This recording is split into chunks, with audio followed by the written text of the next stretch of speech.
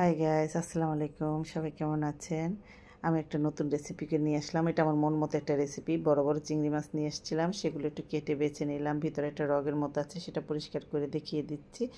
আপনারা ওইভাবে করে নেবেন আস্তে আস্তে করে। আমি রেসিপিটা আসলে কোথাও থেকে দেখিও নেই, শিখিও নেই, নিজের মন মতো ক্যাপসিকাম কেটে নিলাম। ক্যাপসিকামের ভিতরটুকু একটু পরিষ্কার করে নিয়ে আধা আধা করে কেটে নিয়েছি। মুখটা যেন আলাদা থাকে, উপরে একটা হ্যান্ডেলের মতো আছে, দেখতে সুন্দর লাগবে তাই। আর না থাকলে কোনো ব্যাপার না, আপনি এটা টমেটোতেও করতে পারেন। আমি ক্যাপসিকাম ছিল তাই ক্যাপসিকামে করেছি। আর যেসব খাবারগুলো আসলে নিজের কাছে ভালো লাগে একটু চিন্তা করলে করা যায়। বড় চিংড়িটা একটু মরিচের গুঁড়া একটু লবণ দিয়ে মাখিয়ে নিলাম, মাখিয়ে একটু রেখে দিব। ফ্রাই প্যানে একটুখানি বাটার দিয়ে দিলাম, একটু সাথে তেল দিয়ে দিলাম। তারপর এটা যখন গলে গলে আসলো তখন আমি কতগুলি বাদাম কুচি দিয়ে দিলাম। বাদাম কুচিগুলি একটু ভেজে নেব, অপেক্ষা করতে হবে কিছুক্ষণ। আমিও অপেক্ষা করছি আর রান্না করছি। করে এটাকে আমি ভেজে রেখে দেব। তারপর এটার সাথে আমি দিয়ে দিচ্ছি এখন ছোট চিংড়ি মাছ বেছে নিয়েছিলাম, সেই চিংড়ি মাছগুলো একটু লবণ একটু মরিচের গুঁড়া দিয়ে হালকা একটু ভেজে নেব। চিংড়ি মাছ অল্প ভাজলে হয়ে যায়। আসলে আমি রান্নাটা করে আপনাদেরকে দেখাচ্ছি এই কারণে, রান্না যদি দেখে তাহলে মনের একটু আগ্রহ জাগে। সেই আগ্রহ থেকে এবং কিছু মুরগির মাংস কিউব করে রেখেছিলাম, সেগুলো একটু মরিচের গুঁড়া একটু আদা রসুন দিয়ে এটা আমি একটু ভেজে নিলাম। ভেজে এটাও আমি রেখে দিলাম।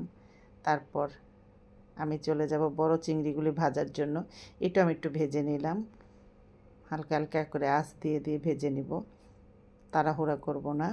কারো যদি ভিডিওটা ভালো লাগে অবশ্যই একটি লাইক কমেন্টস অথবা সাবস্ক্রাইব করবেন। আমার ইউটিউব চ্যানেল আছে, সেখানে একটুখানি সাবস্ক্রাইব করতে পারেন। আর দিয়ে দিলাম পেঁয়াজ কুচি, দিয়ে দিলাম মরিচ কুচি, আর কিউব কিউব করে আলু কেটে রেখেছিলাম সেগুলো দিয়ে দিলাম।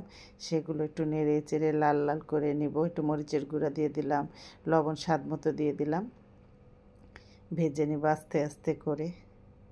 ভিডিওটা অবশ্যই আপনাদের আমার মনে হচ্ছে একটু ভালো লাগবে। যদি ভালো লাগে, এটার সাথে মটরশুঁটি ছিল, মটরশুঁটি দিয়ে দিলাম। দিয়ে এটাকে একটু ধনিয়া ও একটু জিরার গুঁড়া দিয়ে দিলাম, দিয়ে একটু নেড়ে চেড়ে নিলাম। টমেটো কিউব করে রেখেছিলাম সেগুলো দিয়ে দিলাম, দিয়ে একটু ভেজে নেবেন। সাথে সাদা তিল ছিল, সেটাও দিয়ে দিলাম, না থাকলে দিবেন না, আমার ছিল তাই দিলাম। আর দিয়ে দিলাম এখন আমি সেই বাদাম ভাজা দিয়ে দিব, মুরগির মাংসটুকু দিয়ে দিব, চিংড়ি মাছটুকু দিয়ে দিলাম। সবগুলো নেড়ে চেড়ে নামিয়ে নিব। নেড়ে চেড়ে নামিয়ে এটাকে আমি আরেকটু কাজ করব। এই যে বাদাম কুচি দিয়ে দিলাম। খেতে অনেক ভালো হয়েছিল, আমার কাছে তো অসাধারণ লেগেছে।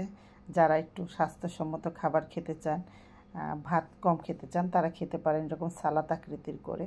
তারপরে সার্ভিসিং ডিশে ঢেলে নিয়ে আমি আবার ফ্রাই প্যানে আরেকটু বাটার দিয়ে দিলাম, একটু সয়া সস আর একটু সিরকা একটু লেবুর রস একটু চিনি দিয়ে এটা আবার একটু মাখিয়ে নিলাম। লবণটা চেখে নিয়েছি।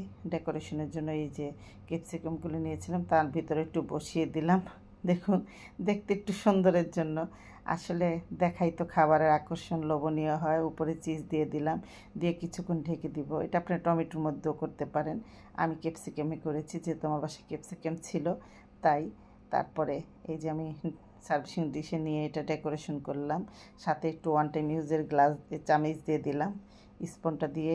এই যে দেখুন কতটা না সুন্দর হয়েছে। উপরে সাদা তিল দিয়ে দিলাম আর একটু। আর এভাবে করে খাবেন। আমিও খেয়ে নিয়েছিলাম। এই যে দেখুন কতটা ভালো লাগছে দেখতে, অসাধারণ।